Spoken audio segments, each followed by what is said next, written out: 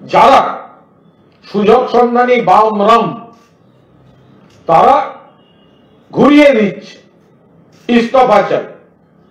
কোচবিহারে বর্ণালী দত্ত, বানতলায় ডক্টর অনিতা দেওয়ান, বিরাটি, এরপরে একের পর এক সিঙ্গুর, নন্দীগ্রামের গণধর্ষণ। একটা ক্ষেত্রেও কি সিপিএম এর কোন মুখ্যমন্ত্রী ইস্তফা দিয়েছেন? কোন মুখ্যমন্ত্রী? অথবা উন্নাও, হাতরাস, প্রয়াগরাজ, বিলকিস, মণিপুর, সোনার মেয়ে কুস্তিগীদের শ্লীলতাহানি, একজনও বিজেপির মুখ্যমন্ত্রী দূরের কথা, সাংসদ ব্রিজভূষণকে কি বরখাস্ত করা হয়েছে? হয়নি। অথচ এখানে একটা রব তোলা হচ্ছে, ইস্তফা চাই, ইস্তফা চাই।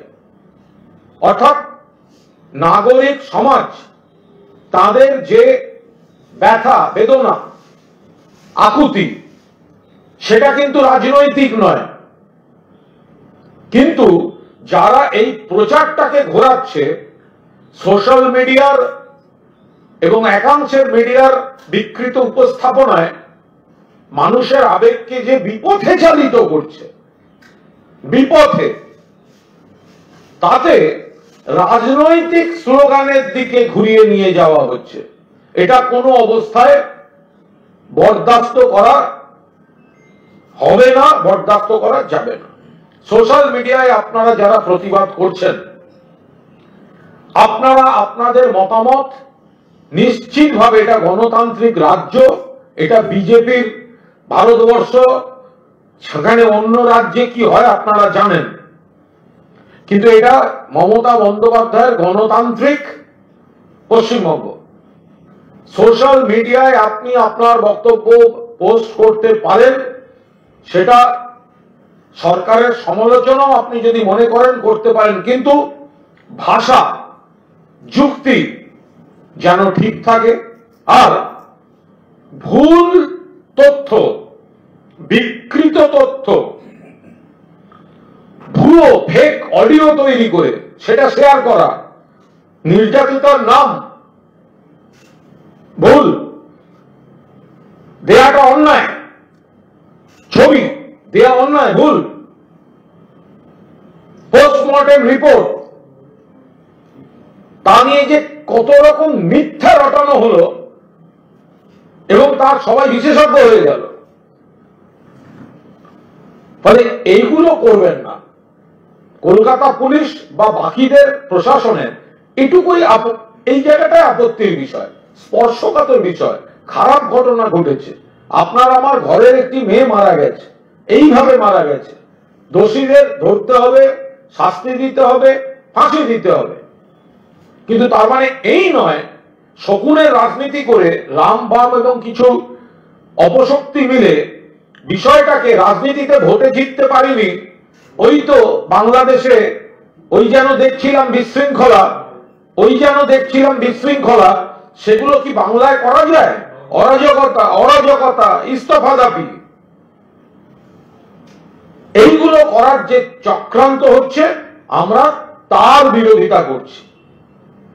আমরা নিশ্চিতভাবে মনে করি আমাদের দাবি, মাননীয় মুখ্যমন্ত্রী মমতা বন্দ্যোপাধ্যায়ের দাবি, মাননীয় সর্বভারতীয় সাধারণ সম্পাদক অভিষেক বন্দ্যোপাধ্যায়ের দাবি, খুব স্পষ্ট ভাষায় দাবি, অবিলম্বে দোষীদের শাস্তি চাই। যদি একজন হয় কনক্লুড করুন, যদি আরো কেউ থাকে ধরুন। রোববার ডেডলাইন পার হয়েছে, কিন্তু 23 তারিখ কোর্ট প্রোডাকশনের দিন লিখিতভাবে এই কেসের সমাধান চাই। আপনি ভুলে যাচ্ছেন যারা এই অপপ্রচার করছেন যে প্রশ্ন, মুখ্যমন্ত্রী যখন রাজ্যের প্রধান তখন 12 ঘন্টার মধ্যে অ্যারেস্ট হয়েছে, 12 ঘন্টায় অ্যারেস্ট হয়েছে, ফাঁসি প্রেয়ার দেবে পুলিশ ঘোষিত, তদন্ত চলছিল, কিন্তু এখন তদন্তটা সিবিআই এর হাতে। ফলে মুখ্যমন্ত্রী তার পূর্ণ অধিকার এবং দাবি আছে মানুষের এই মতের সঙ্গে পদযাত্রায় পা মেলানোর, যে উই ওয়ান্ট জাস্টিস, আমরাও ন্যায় বিচার চাই।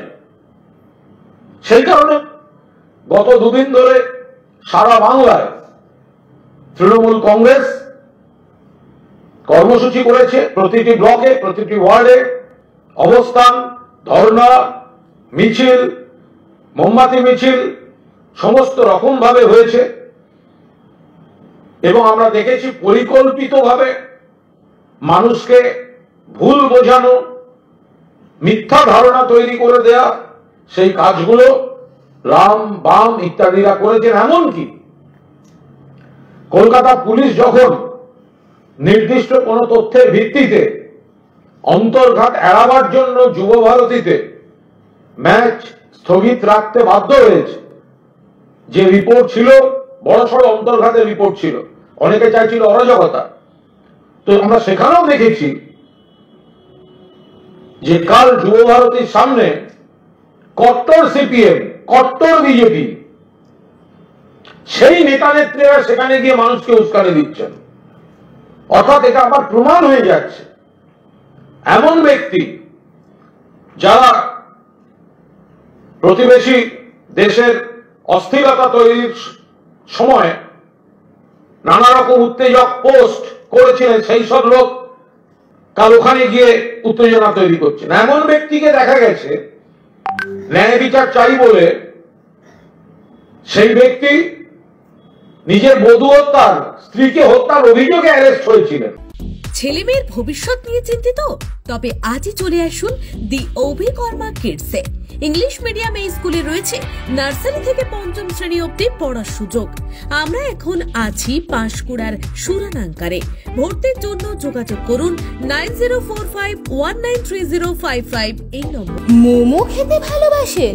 তাহলে অবশ্যই আসতে হবে শ্রীরামপুরের বিখ্যাত বান্টি মোমোতে, যা এখন মো ফ্যামিলিও।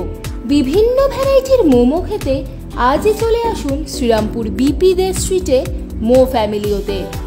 বিশদে জানতে যোগাযোগ করুন 9681247950 এবং 8910553391 এই নম্বরে।